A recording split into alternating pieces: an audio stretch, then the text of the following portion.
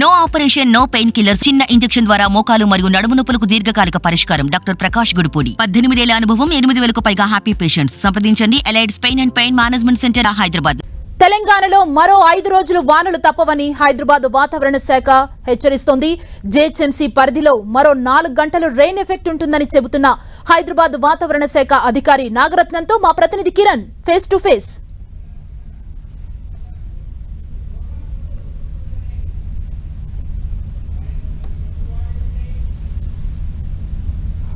ఏడాది నైరుతి ఋతుపవనాలు ముందుగానే పలకరించబోతున్నాయి. నెల చివరి నాటికి కేరళకి నైరుతి ఋతుపవనాలు తగలబోతున్నాయి. ఇక తెలంగాణ వ్యాప్తంగా గడిచిన కొద్ది రోజులుగా మోస్తారు నుంచి భారీ వర్షాలు పడబోతున్నాయి. ఎక్కడెక్కడ భారీ వర్షాలు పడే అవకాశం తెలుసుకునే ప్రయత్నం చేద్దాం. మనతో మనకు హైదరాబాద్ వాతావరణ శాఖ డైరెక్టర్ నాగరత్న గారు చెప్పండి, గడిచిన కొద్ది రోజులుగా తెలంగాణ వ్యాప్తంగా మోస్తారు నుంచి భారీ వర్షాలు పడుతున్నాయి.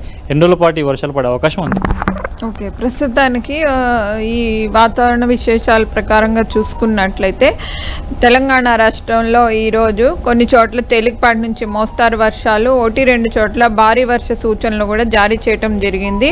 కొన్ని ప్రాంతాల్లో ఉరుములు మెరుపులతో కూడినటువంటి వర్షం, గాలి తీవ్రత 40 నుంచి 50 కిలోమీటర్ ప్రతి గంటకు కూడా దక్షిణ, తూర్పు, పశ్చిమ అలాగే ఈశాన్య సెంట్రల్ జిల్లాల్లోని దీని యొక్క ప్రభావం ఎక్కువగా ఉండే అవకాశం ఉంది. అట్లాగే జిహెచ్ఎంసీ పరిధిలో కూడా దీని యొక్క ప్రభావం కనిపించే అవకాశం ఉంది.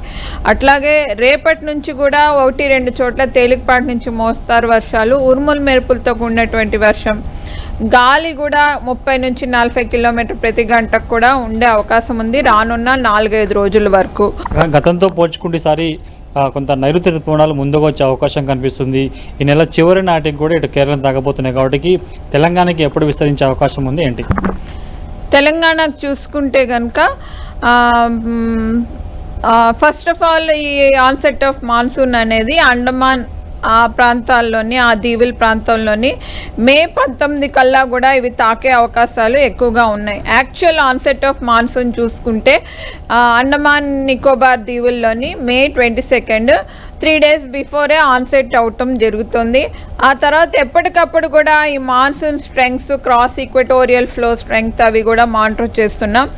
ఏదేమైనప్పటికీ కూడా స్టాటిస్టికల్ అండ్ డైనమికల్ మోడల్స్ ప్రకారంగా చూసుకున్నట్లయితే కేరళ తీరాన్ని ఈ నైరుతి ఋతుపవనాలు ఈ ఏడాది 2024 సంవత్సరంలో చూసుకున్నట్లయితే మే 31వ తారీఖున +or- 4 days వ్యత్యాసంతో చేరే అవకాశం ఎక్కువగా కనిపిస్తుంది. చెప్పండి, ఇప్పుడు హైదరాబాద్ చుట్టుపక్కల ప్రాంతాల్లో వర్షం పడుతుంది. ఈరోజు ఉప్పల్ స్టేడియంలో మ్యాచ్ ఉంది కాబట్టి ఈ చుట్టుపక్కల పరిసర ప్రాంతాల్లో ఎట్లా ఉండే మోస్తరు వర్షం పడుతుందా, అట్లే అంటే సాధారణంగా కొంత మోడరేట్ వర్షం ఉండే అవకాశం ఉందా? మోడరేట్ రెయిన్స్ అవి ఉంటాయి. గాలి తీవ్రత కూడా ఎక్కువగా ఉండే అవకాశం ఉంది.